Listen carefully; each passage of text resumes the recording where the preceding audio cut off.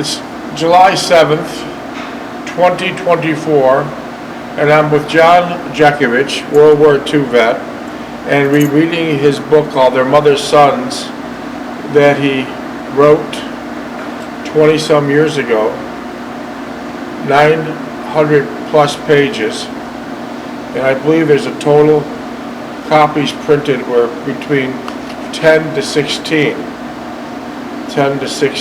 copies. And we're on continuing on chapter 7, and it's overseas and beyond. An alert signified the intent, the logical problems involved in moving 30,000 troops were huge and mind-boggling. And the one thing the Army did not want to undo these circumstances was to hunt down individuals or groups when it was time to move out. After chow that night, Leip and I went to the PX for no other reason than to get out of the barracks.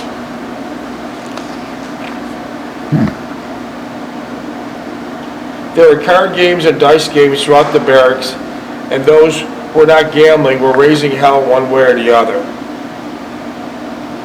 As Leip and I sat there in the PX listening to the country music, we talked about our prospects of our moving the camp out. He stated that he had been forewarned his parents of the impending move, and he talked to them and about it when on furlough. Naturally, they were sympathetic and concerned and wished him all the best. He had decided to wait until we were on board ship to tell them of our move. I advised him I did not think you could say you were on board a ship or even that you were in transit. I also cautioned him that as of now, all of our mail was being censored and anything classified would be stricken by the censor.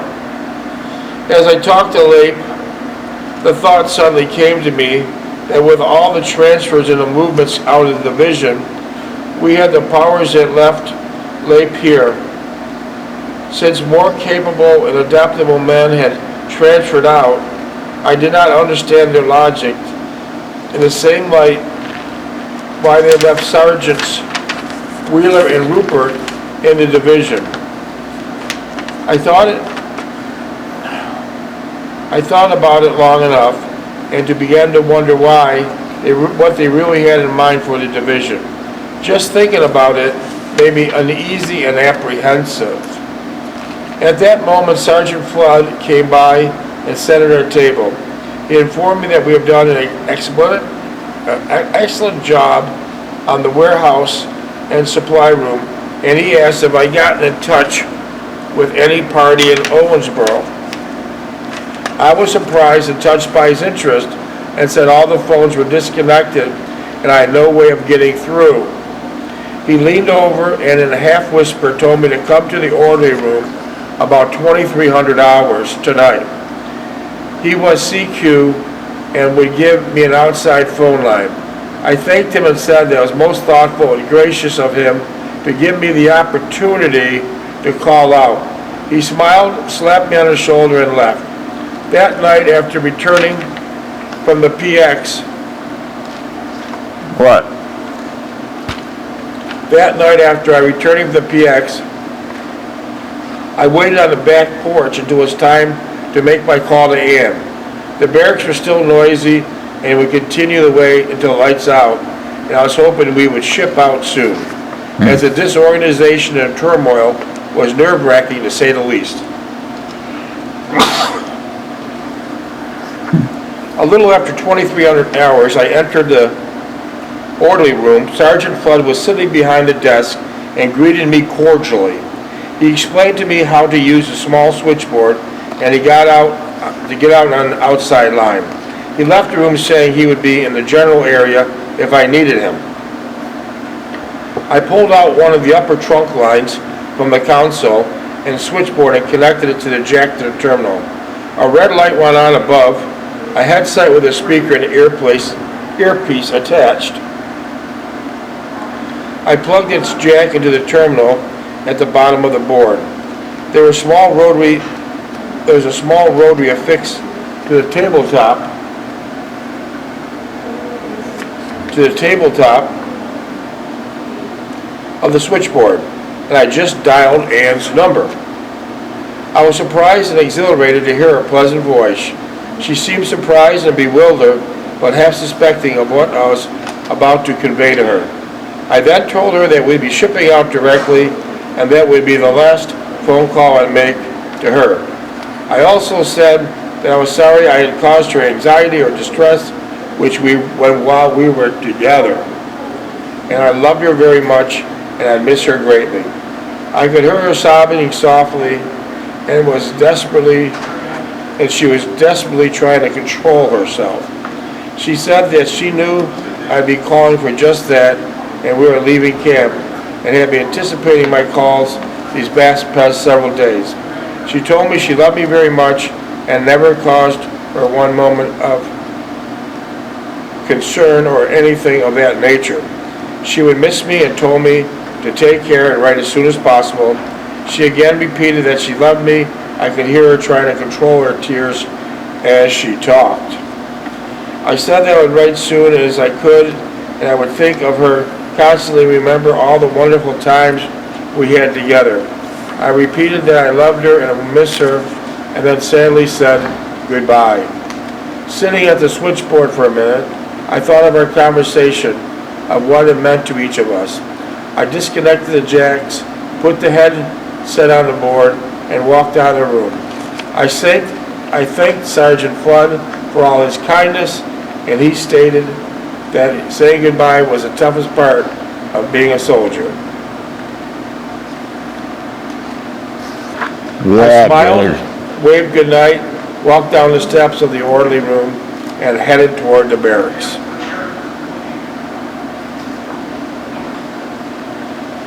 The next morning, we were to receive several shots, meet with the adjunct's office to update our will, allotment, and dependency forms, and get our hair cut for the last time at this camp. For the rest of the day was free, with the exception of chow, which was reduced to the barest essentials, as everything in the mess hall had been crated and shipped out. They were operating on a field kitchen unit, and it was inadequate for the function it had to perform. That night was hectic at the barracks as people sensed that our time was drawing near for our departure. Some shaved their heads into many bizarre and contoured ways, and some growing beards, also bizarre, in anticipation of leaving. Somehow beer and liquor had found their way into the area and were being distributed around the barracks for all who wanted to partake of the festive qualities. Romano, our platoon aid man, had linked up with Spasta, Gaffney, and several other fireballs. They were whooping it up through the barracks. They were inflating condoms with water and having water fights with them, all the while drinking and shouting, oblivious to anyone or anything. I was hoping that they would not get my bunk wet.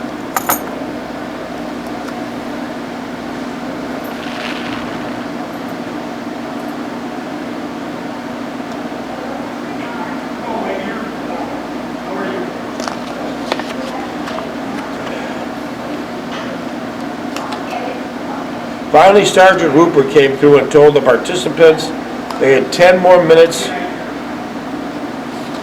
of this righteous living, and then it would be the end of it.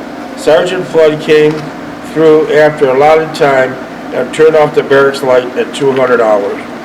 The things quieted down after that, and we finally got to our bunks. Before Sergeant Flood left the barracks, he took me aside and said, "We're leaving in the morning." I was astonished and greatly disappointed, for I was considered him a friend, a distant friend, as he was a non-com and I was only a private first class.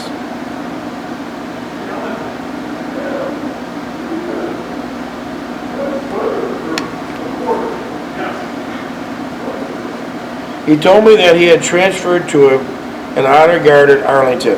So just before you shipped out, Right. So just before you shipped out overseas, Sergeant Flood told you he was leaving.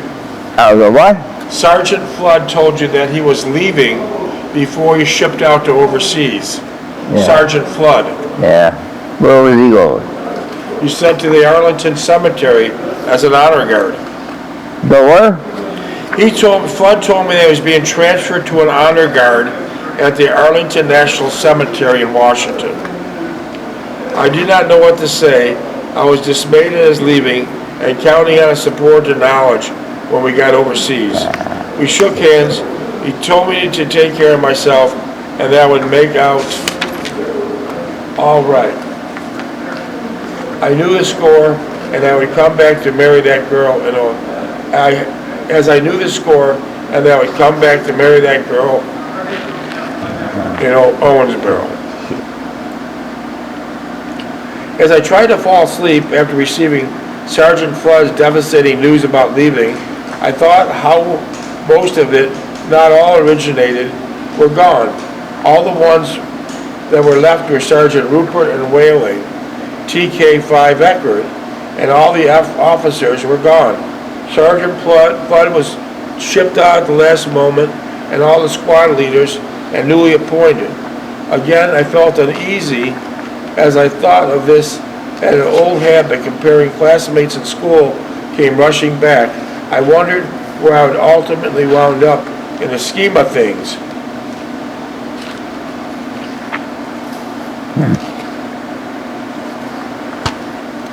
At 600 hours, we were awakened and were shipping out. Our days at Camp Breckenridge were over, and all that would be left were memories of their stay here.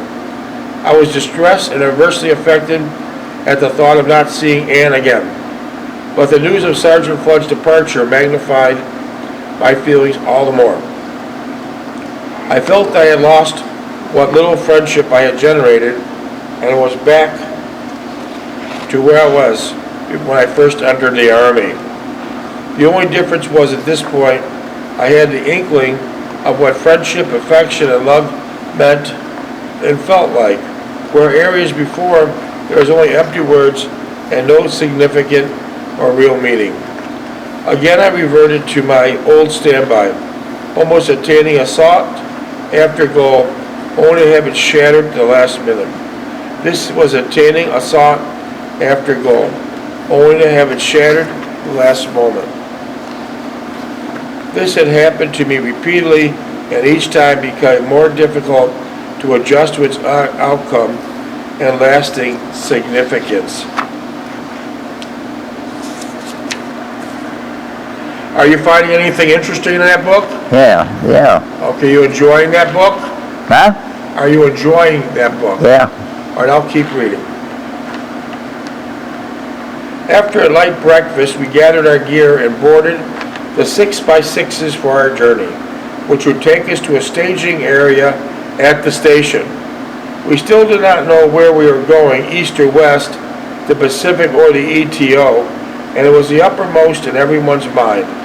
It was not until we got on the troop train, were on board for a while, we realized we were heading east. That meant the East Coast, meant the ETO.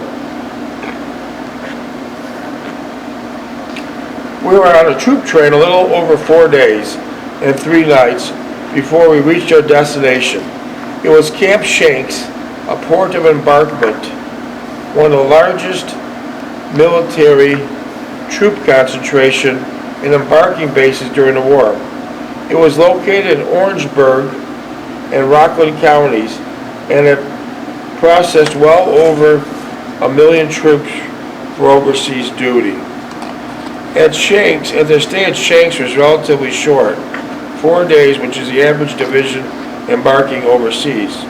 During our short stay there, we received more shots and were briefed of the troop ship, sleeping and eating arrangements, and various drills and proper procedure to abandon a ship.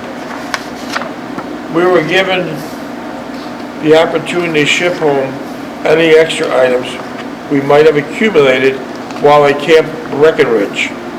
We were instructed that we could carry with us from now on, but we were issued, and anything beyond that, it would be taken away and destroyed. I I did not have anything excessive, and what small items I did have, I disregarded, such as extra towels and toilet articles and such. It was much colder here on the East Coast than in Kentucky. I took to wearing my field jacket as we walked about the camp. The cold climate brought us back to the introduction of the Army life at Camp Union Upton, which was not too far from here. We had no extra duty. All our time was occupied in preparing for embarking and receiving our ship assignment, which entailed sleeping and eating dispositions and schedules.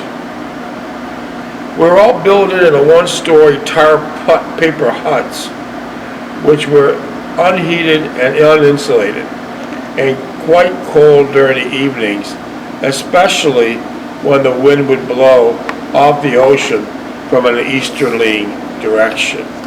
Luckily, we were issued sleeping bags, and they were most appreciated during the cold nights, as we slept with our clothes on as our field jackets and wore wool-knit caps. The beginning of the 5th day, we were trucked to the docks to board our ship. It was drizzling outside and gradually turned into sleet as we walked up the gangplank of the ship that was to carry us across the ocean to engage an enemy we never knew or ever seen.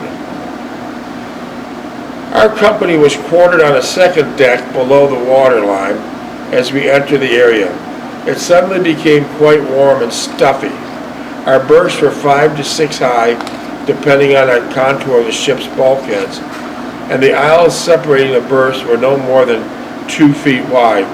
It was close and cramped, and we had a difficult time finding a spot to stow our individual duffel bags.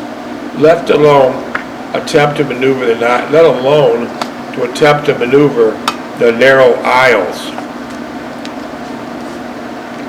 The compartment, which probably housed 1,000 men, had a smell of burning rubber and diesel as it permeated everything. After a while, it made me nauseous. We were instructed over the ship's loudspeaker not to stray from our immediate area until the boarding was completed and we cleared the harbor. As an afterthought, the announcer suggested that it be better part of the rest of the day.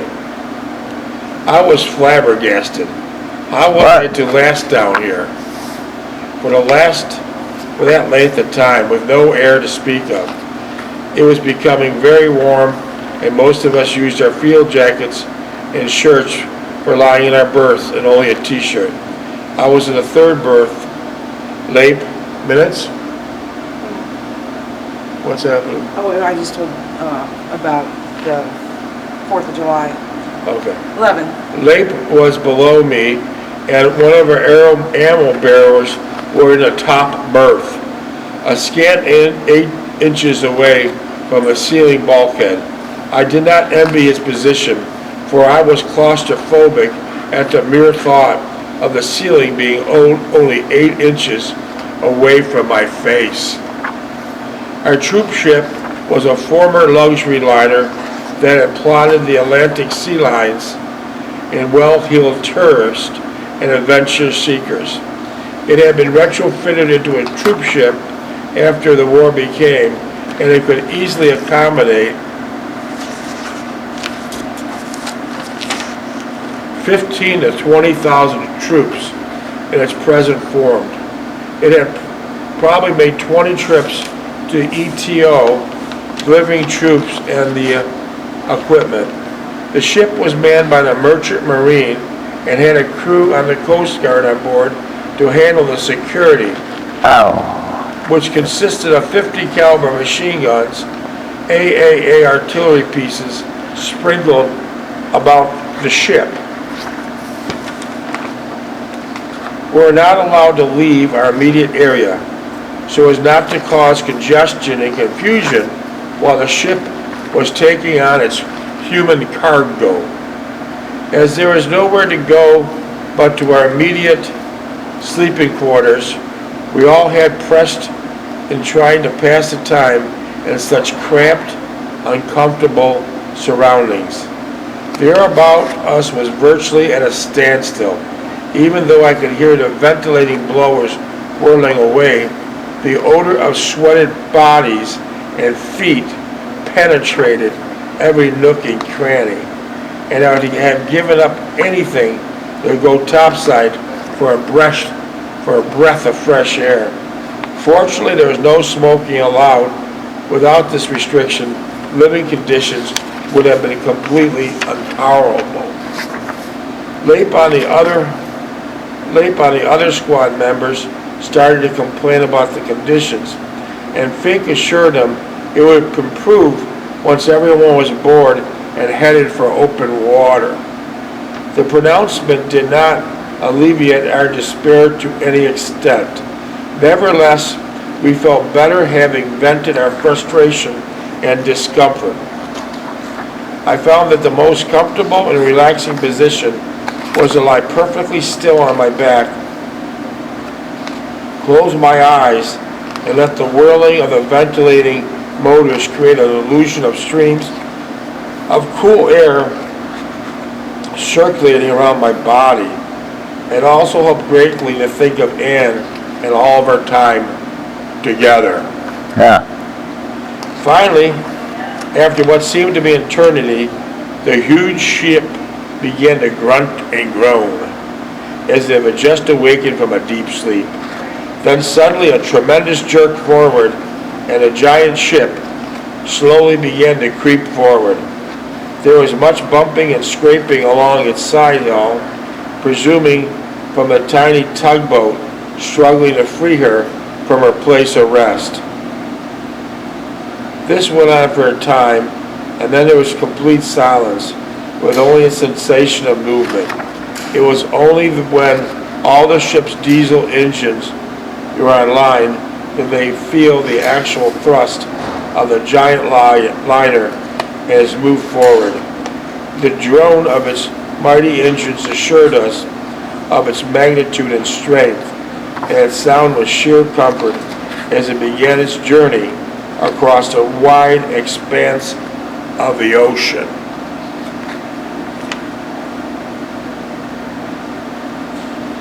Then, over the ship's loudspeaker system went the message that we're underway and we're free to tour the ship.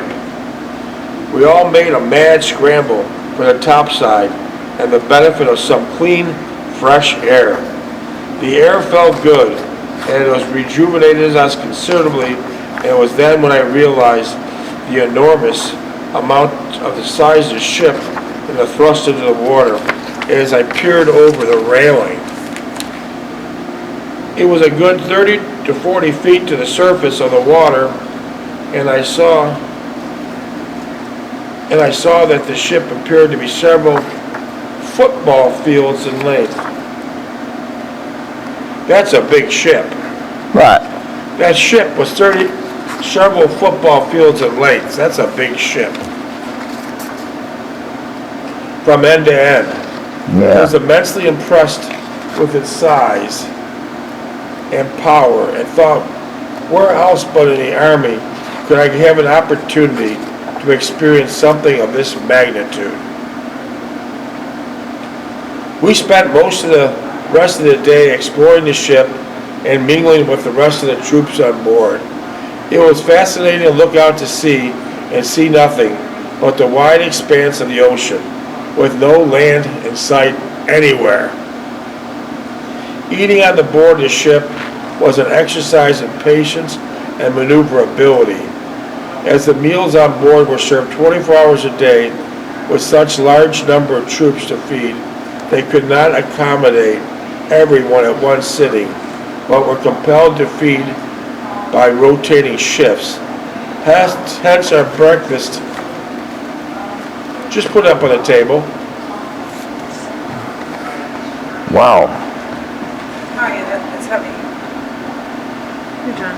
What is heavy? What is heavy? Heavy. Did you enjoy that book? Huh? Did you enjoy that book? Yeah, yeah. I just scammed it. I didn't. Well, you still enjoyed it. Huh? You recognize many things in it. I enjoyed sitting in the sheltered corner of the ship and bundled up. What ship are you on, Dave? You're taking a troop ship to Europe. You loaded up the troop ship with 30,000 other soldiers. That's the 75th Division, yeah. And you're on your way out. You're heading to combat. I evolved from somewhat a sedate, stoical existence while at home And right in Marseille, France. into a furious, stimulating, emotion-laden newness on entering the army, and many moves and various people I had come into contact with. Then the slow emergence of awareness of oneself, and finally emotional uplift, awakening many dormant inner desires and companionship and love. How many minutes? 4. Here. Just run behind the curtain and say no. Just run behind. Mail call, John, look at What? that. Who's it from?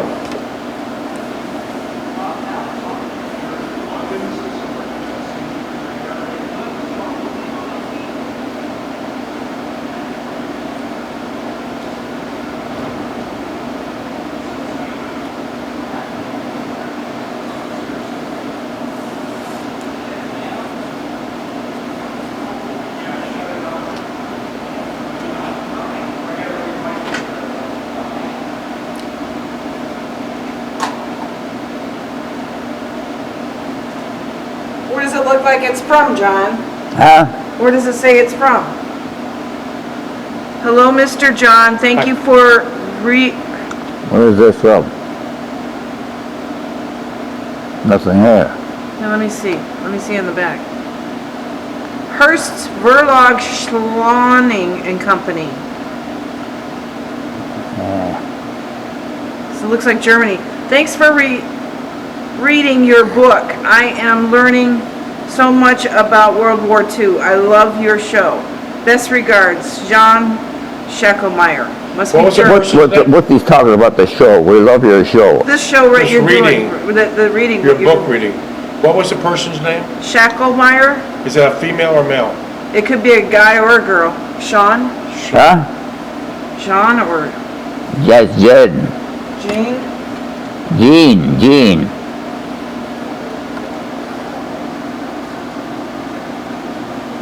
I'll need that big book because I'm going to read something out of it.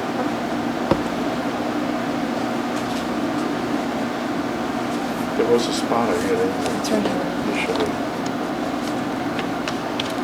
Where's the start? It starts right over here.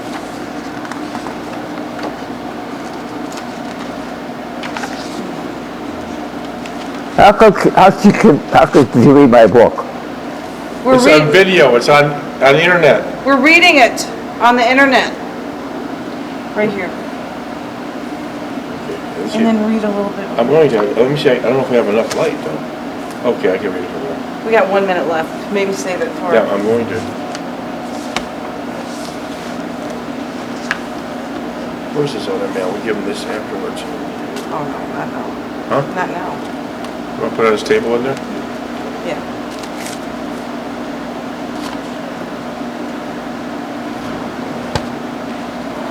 One minute left.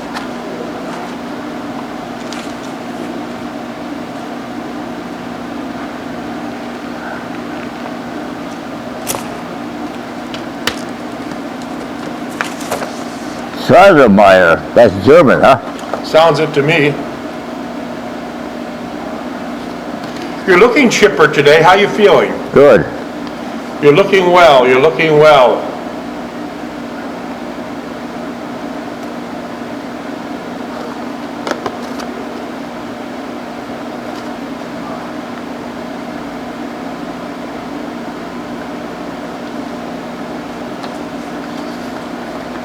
Thanks for reading your book.